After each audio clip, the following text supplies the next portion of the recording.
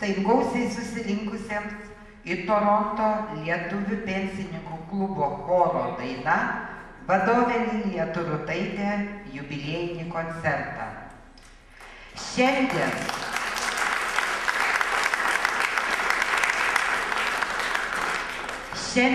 chorui didžiulė šventė.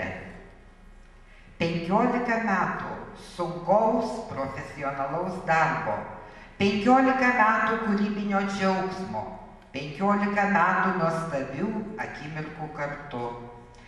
1993 metais muzikas Alfonsas Juozapavičius įkūrė dainuojančią grupę.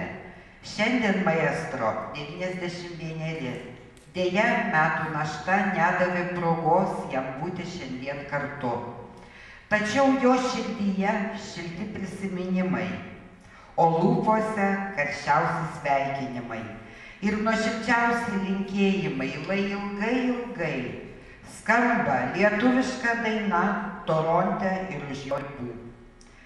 1994-aisiais jo pareigas perėmė muzikė Lilija Turutaitė ir pasiūlė šį skambų vardą daina. 95-aisiais nuskambėjo pirmojo koncerto dainos.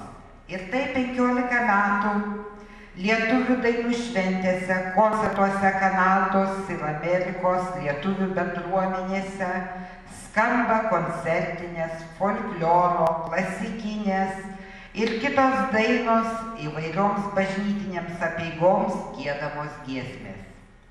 Choras turi ir savo šūkį, kurį pasiūlė choro pirmininkas Vytautas Mašalas. Kol mūsų norės klausytis ir mes būsime pajėgus, dainuosime. Lai jūsų visų ir dainininkų, ir žiūrovų širdis pasiekia mano eilės. Sudėkim į dainą mus meilę bekraštę, mamytei, tėveliui, savam gimtam kraštui. Sudėkim į dainą mes vyturio giesmę, dainos spalvomis vaivos juostą ištieskim.